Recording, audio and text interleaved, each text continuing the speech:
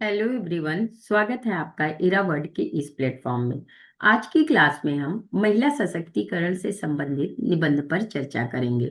महिला सशक्तिकरण, जबकि हम जानते हैं कि अभी हाल ही फिलहाल में भारतीय क्रिकेट टीम ने भारत की महिलाओं के इतिहास में एक नया अध्याय स्थापित किया है। इसके कारण ये मुद्दा और भी चर्चित हो जाता है कि भारत में महिलाओं का सशक्तिकरण कितने स्तर तक हो चुका है और अभी क्या किया जाना बाकी है। अब बात इस बात की जाए कि किसी भी निबंध को करने के लिए हमारे पास क्या होना चाहिए, तो सबसे पहले अगर हम महिला सशक्तिकरण के बारे में देखें तो विचार तो इसी बात से होना चाहिए कि आफ्टर ऑल इसकी आवश्यकता क्यों पड़ी। कोई भी चीज यदि हम कर रहे हैं तो उसकी आवश्यकता क्यों पड़ी, क्यों महिलाओं की सशक्तिकरण की बात चल रही है। अगर इसकी बात हम देखेंगे तो इसको हमें इतिहास में प्राचीन काल से लेकर प्राचीन काल, मध्यकाल और वर्तमान काल में तलाशने की जरूरत है। जैसा कि हम जानते हैं कि वैदिक काल में महिलाओं की सशक्त स्थिति विद्यमान थी और वो पुरुषों के समान ही अधिकार प्राप्त की हुई थी। लेकिन बदलते हुए समय में मध्यकाल में मुस्लिम इरा आते आते क्या हुआ था, महिलाओं की स्थिति में धीरे धीरे पतन होने लगा था। पतन में पर्दा प्रथा, बाल विवाह, सती प्रथा जैसे ऐसे मुद्दे हुए जिन्होंने महिलाओं की स्थिति में निरंतर गिरावट की है। कुछ इस अगर चित्र के माध्यम से भी देखें तो हमें कुछ समझ में आता है कि महिलाएं क्या हैं, एक आदर्श रूप में देवी के रूप में पूजनी रही हैं। उसके बाद वो घरेलू रूप में एक दक्ष महिला का रूप कार्य करती रही। लेकिन वर्तमान स्थिति में महिलाएं क्या है, महिलाएं जो है कार्यालय से लेकर घर तक के सभी कामों में अपनी भूमिका का निर्वहन कर रही हैं। ऐसे में महिला सशक्तिकरण के बारे में बात करना आवश्यकता ही नहीं, व्यवस्था भी है। भारत में महिलाओं का सशक्तिकरण उत्पीड़न से लेकर सशक्तिकरण। उत्पीड़न का तात्पर्य है कि प्राचीन काल में उनकी स्थिति क्या थी और वर्तमान में उनकी स्थिति क्या थी, ये चर्चा हमें इस निबंध में करना है। सशक्त महिला ही सशक्त राष्ट्र का निर्माण करती है, ये बात महिलाओं के सशक्तिकरण के लिए एक कथन है। दूसरा, हम जवाहरलाल नेहरू के कथन को भी यहाँ पर उल्लेखित कर सकते हैं कि यदि एक पुरुष साक्षर होता है तो वह एक व्यक्ति साक्षर होता है, लेकिन जब एक महिला साक्षर होती है तो एक परिवार साक्षर होता है। अब यदि देखें कि क्यों महिलाओं के लिए सशक्तिकरण का अभियान चलाना आवश्यक है, तो आदर्श देवी से मतलब परंपरा काल में क्या था, महिलाएं शक्ति के रूप में, दुर्गा के रूप में जानी जाती थी। वहीं वो समृद्धि लक्ष्मी के रूप में जानी गई हैं। सरस्वती यानी ज्ञान की देवी के रूप में सरस्वती माँ को जाता जाता था। विनाश और सृजन के रूप में काली को जाना गया और भारत माता को मातृभूमि के रूप में जाना गया, या कहिए मातृभूमि भारत को भारत माता के नाम से संबोधित किया गया। लेकिन इन सब के पीछे ये सिक्के का एक पहलू था जिसमें महिलाओं को देवी के रूप में संबोधित करके उनके स्थान को समाज में बड़ा दिखाया जाने का प्रयास किया गया। लेकिन इसमें कुछ विरोधाभास भी था, जैसे चुनौतियां थी कि लिंग विभेद हमारे समाज का अंग बना हुआ था। सामाजिक बंधन सामाजिक, आर्थिक, राजनीतिक, सांस्कृतिक और परंपरा के रूप में महिलाओं के लिए विद्यमान था। आर्थिक समानता, पितृ प्रधान इस देश में महिलाओं की आर्थिक स्थिति हमेशा दयनीय बनी रही थी। हिंसा और उत्पीड़न के बढ़ते हुए आंकड़े क्या कर रहे थे, महिलाओं की शोचनीय स्थिति की ओर हम सबका ध्यान आकर्षित कर रहे थे। अगर सशक्तिकरण की दिशा में कुछ सशक्त पिक्चरों को देखा जाए तो हमें राजनीतिक रूप से सशक्तिकरण में इंदिरा गांधी का नाम सर्वप्रथम याद आता है, जो भारत की पहली महिला प्रधानमंत्री रही थी और वो एक लंबे काल तक भारत की राजनीति के शीर्ष पद पर आसीन रही। आयरन लेडी ऑफ इंडिया के नाम से इन्हें जाता गया और इन्हीं का कथन था कि मेरी दादी ने मुझे हमेशा कहा कि तुम्हें अपने अधिकारों के लिए लड़ना होगा, अर्थात एक महिला होने के नाते आपको अपने राइट्स के लिए खुद ही लड़ना पड़ेगा। अगर और भी देखें तो जिसमें सोनिया गांधी है, जो यूपीए सरकार की कर्णधार है, महत्वपूर्ण नाम है, जो राजनीतिक सशक्तिकरण का प्रतीक है। श्रीमती प्रतिभा पाटिल, जो भारत की पहली महिला मुख्यमंत्री महिला राष्ट्रपति हुई हैं। फिर राजनीतिक में लोकसभाओं में अगर भारत में महिलाओं का प्रतिशत देखें तो 14.4% रहा। वहीं राज्यसभा में 11% और मंत्रिमंडल में 9.3% महिलाओं की भागीदारी राजनीतिक में उनके सशक्तिकरण के चित्र को प्रस्तुत करते हैं। इतना ही नहीं, श्रीमती मीरा कुमारी जो है भारत की पहली महिला लोकसभा अध्यक्ष रही हैं, जो संसदीय लोकतंत्र में मील का पत्थर साबित हुई। श्रीमती ममता बनर्जी, ये भारत की पहली महिला रेल मंत्री बनी। और इस समय पश्चिम बंगाल की मुख्यमंत्री भी हैं। श्रीमती मायावती जो यूपी सर में 4 बार मुख्यमंत्री बनी, दलित राजनीति का प्रतीक बनकर भई महिलाओं की शक्ति में 4 चांद लगाती ही रही। किरण बेदी, डॉक्टर किरण बेदी, डॉक्टर किरण मजूमदार शाह, कुछ ऐसे नाम हैं जो प्रशासनिक और व्यापारिक क्षेत्र में क्या भारत की महिलाओं का एक एक सशक्त पिक्चर प्रस्तुत करती रही हैं। खेल के क्षेत्र में तो महिलाओं की बात ही क्या की जाए।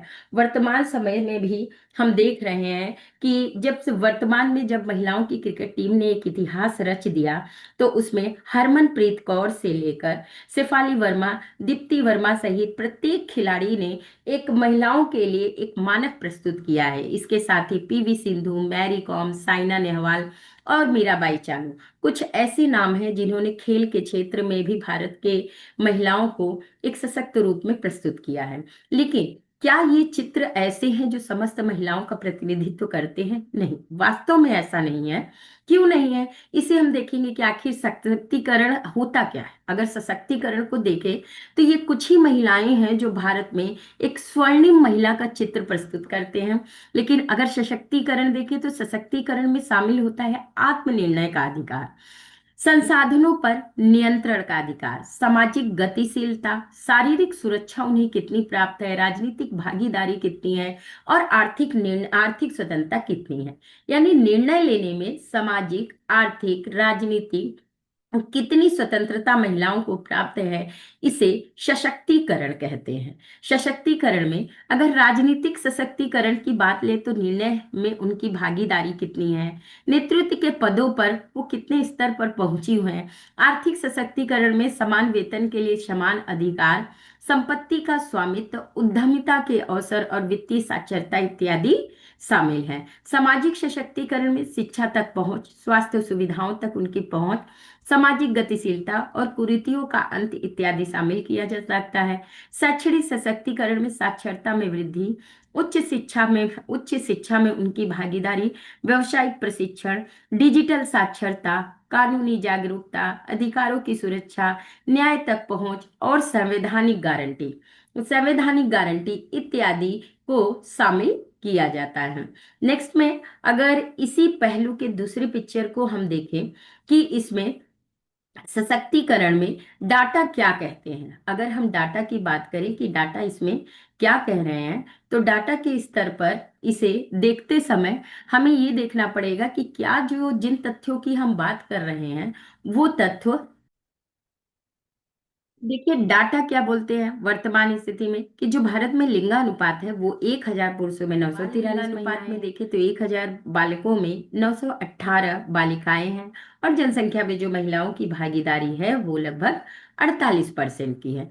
साक्षरता में जहां पुरुष 84.7% साक्षर हैं, वहीं महिलाएं क्या 70.3% साक्षर हैं। यानी कि साक्षरता में अभी हम गैप देखें तो 14.4% का गैप देखा जा सकता है। अगर हम जेंडर इन इक्वालिटी इंडेक्स पर अपनी निगाहें डालें 2021 के आंकड़े में, तो भारत की जो रैंक रही है वो 122 रही है। अब कड़वी सच्चाई क्या है? कड़वी सच्चाई ये है कि वर्तमान समय में भारत में महिलाओं के समक्ष हिंसा और अपराध की स्थिति निरंतर बढ़ रही है। चाहे वो घरेलू हिंसा हो, दहेज का मामला हो, अपहरण का मामला हो, बलात्कार के मामले हो, ये हमें निरंतर सोचनीय विषय के रूप में सब समाज के समक्ष प्रस्तुत होते रहते हैं। कार्यबल में महिलाओं की भागीदारी देखें तो जहां 2005 में 35.8% थी, वहीं 2023 में 23.3% है। वेतन और असमानता की बात की जाए तो जेंडर पे गैप लगभग 34% रहा है। कोविड-19 के समय क्या हुआ था? जब देश एक नए संकट से रूबरू हो रहा था, उस समय भी महिलाएं घरेलू हिंसा का शिकार हो रही थी, जो इस सभ्य समाज के लिए एक सोचनीय मुद्दा है। महिलाओं की इस दशा को सुधारने के लिए, इस नकारात्मक और वास्तविक स्थिति में हम परिवर्तन लाने के लिए संविधान से लेकर सरकार तक सभी स्तरों पर प्रयास किए गए, जिसे हम देख सकते हैं कि संविधान का अनुच्छेद 14, अनुच्छेद 15(3), अनुच्छेद 39(a) और अनुच्छेद 15(1), अनुच्छेद 16 और अनुच्छेद 42 जो मातृत्व सहायता से संबंधित है। भारत के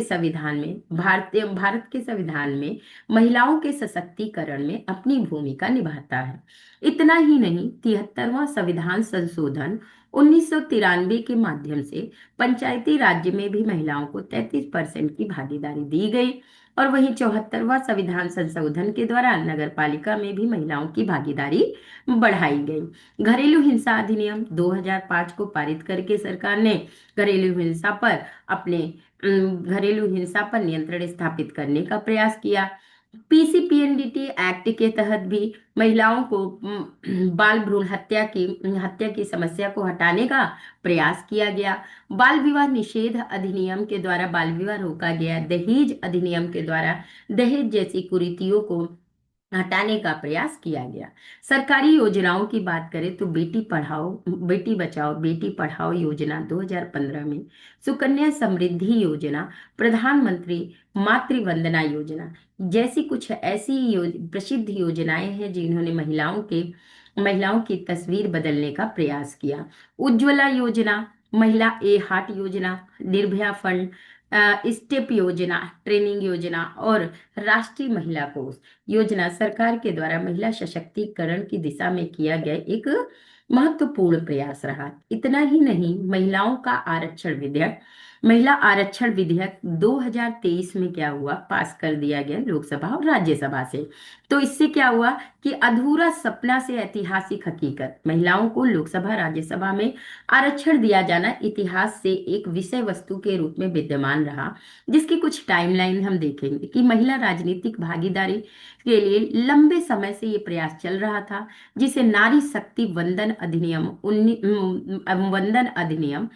128वां संविधान संशोधन अधिनियम के द्वारा पटल पर रखा गया, जिसमें 33% आरक्षण लोकसभा विधानसभा के लिए किया गया। ये पहला प्रस्ताव 1996 में पेश हुआ था और पारित नहीं हुआ था। 2010 का चरण जब ये राज्यसभा में पास हो गया था, लेकिन लोकसभा में लैप्स हो गया था। उसके बाद 2023 का समय आता है जब लोकसभा और राज्यसभा दोनों में ही क्या हुआ, इसे पारित कर दिया गया। इसका प्रभाव क्या होगा? इसका प्रभाव ये होगा कि परिसीमन के बाद जब 2029 में 29 में चुनाव होंगे, तो अनुमान किया जा रहा है कि इसमें महिलाओं की भागीदारी बढ़ेगी। और यदि वर्तमान स्थिति में बात की जाए तो वर्तमान स्थिति में 82 महिलाएं सांसद के रूप में लोकसभा में पहुंच चुकी हैं। अब इस ग्राफ को अगर हम देखने का प्रयास करें तो साक्षरता का जो सफर है वो महिलाओं का बढ़ता रहा है। भारत में साक्षरता का सफर अगर 1951 से लेकर 2021 तक के जनगणना के अनुसार हम देखें तो महिलाओं की जो साक्षरता है वो बढ़ती गई है। स्कूली स्तर पर भी बढ़ा है, हायर एजुकेशन पे भी बढ़ा हुआ है, उच्च शिक्षा में महिलाएं पहुंची हैं, लेकिन इसमें कुछ चुनौतियां हैं। जैसे जो ग्रामीण क्षेत्रों में हमारी महिलाएं हैं उनकी भागीदारी इसमें घट रही है। कम लड़कियां हैं जो स्टीम योजना से जुड़ती है। हायर एजुकेशन तक इनकी पहुंच क्या होती है, बहुत कम होती है। इसलिए हम कह सकते हैं कि जो ये आर्थिक सशक्तिकरण का सपना है वो एक अधूरी कहानी के रूप में है। क्यों? क्योंकि आंकड़े ऐसा कहते हैं। आंकड़े कहते हैं कि सेक्टर वाइज महिलाओं की भागीदारी कहीं पर ऊंची है और कहीं पर निम्नतम है। जैसे वित्तीय क्षेत्र में देखें तो 60% है, वहीं पर हम देखते हैं कि प्रोफेशनल सर्विस में वो 56% है, शिक्षा में 47 और मीडिया में उनकी 42% की भागीदारी है। जबकि निम्नतम देखें तो कृषि में 21% और खनन में 18%, मोटर वाहन में 18% है। और जेंडर पे गैप यानी समान काम के लिए समान वेतन के रूप में भारत में देखें तो 34% की स्थिति देखी जा सकती है। वहीं ओईसीडी औसत विकसित देशों में जेंडर गैप में भारत 13% की स्थिति में देखा जाएगा। अगर जेंडर रिस्पॉन्सिव बजटिंग की बात की जाए तो इसमें जो जीआरबी आवंटन है वो 5.5 है। और यहाँ पर अगर हम देखें तो महिला लाभार्थी क्या है वो 94% है। इन सब आंकड़ों के माध्यम से हम इन चीजों को बता सकते हैं कि महिलाओं की जो स्थिति सिद्धांतिक रूप में है, जो व्यवहारिक रूप में है, उसमें अंतर विद्यमान है। इतना ही नहीं, भारत के महिलाओं के सशक्तिकरण का प्रयास न केवल भारत के स्तर पर अपितु विश्व स्तर पर किया जा रहा है। इसके लिए हम अगर अंतरराष्ट्रीय प्रतिबद्धताएं और एसडीजी गोल पर एक निगाह डालें, तो वैश्विक मंच पर क्या होता है, CEDAW, ये 1993 में ही महिलाओं के सशक्तिकरण की दिशा में एक अभिन्न प्रयास था। फिर बीजिंग डिक्लेरेशन है जो 1995 में किया गया था। मिलेनियम डेवलपमेंट गोल है जिसमें महिलाओं को सशक्त बनाने का प्रयास किया गया। एसडीजी गोल है जिसमें क्या है कि भेदभाव को समाप्त करना, सभी हिंसा को समाप्त करना, बाल विवाह को रोकना, अवैतनिक देखभाल कार्य बल की पहचान करना, नेतृत्व में समान भागीदारी का प्रयास करना, यौन एवं प्रजनन स्वास्थ्य की रक्षा करना इत्यादि एसडीजी गोल में अंतरराष्ट्रीय स्तर पर शामिल करके महिलाओं को सशक्त करने का प्रयास किया गया। लेकिन ये प्रयास निरंतर चलते रहते हैं, लेकिन अभी तक हम इन्हें पूर्ण रूप से प्राप्त नहीं कर पाए। अब पूर्ण रूप से नहीं प्राप्त कर पाए, इसके लिए हमें क्या करना पड़ेगा?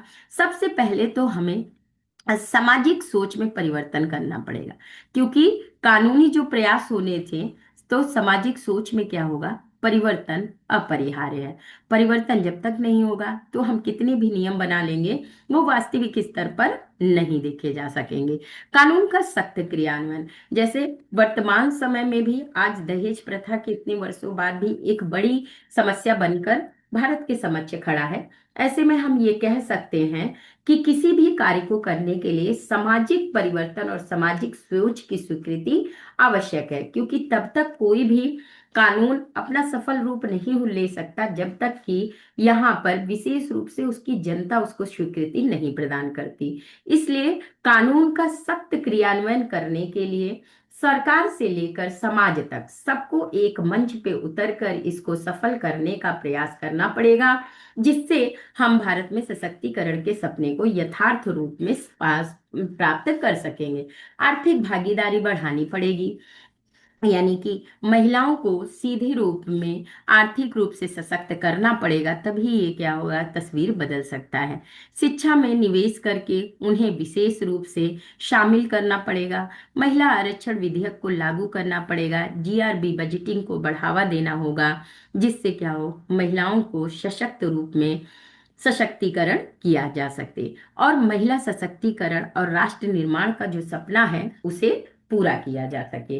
कभी भी किसी भी निबंध को बताते समय हमें इस बात का ध्यान रखना है कि समस्याएं तो हैं, समस्याएं तो यदि हम इतिहास से लेकर देखेंगे, तो अगर इतिहास के पन्नों को बदलें और वर्तमान तक चलें, तो कुछ एक समस्याओं को अगर हम इग्नोर कर दें तो ऐसी बहुत सारी समस्याएं हैं जो निरंतरता के साथ विद्यमान हैं। इसका मतलब है कि हमें उन्हें दूर करने के लिए एक साथ संतुलित प्रयास करने पड़ेंगे और समाज में सबको आगे आकर इसके लिए प्रयास करना पड़ेगा, जिससे इस सपने को जो सिद्धांतिक रूप से महिला सशक्तिकरण का सपना है उसे प्राप्त किया जा सके और भारत की तस्वीर और तकदीर को बदला जा सके। तो महिला सशक्तिकरण के इस निबंध पे हम आज अपनी क्लास को यहीं रोकते हैं। नेक्स्ट निबंध में हम फिर मिलेंगे, तब तक के लिए धन्यवाद।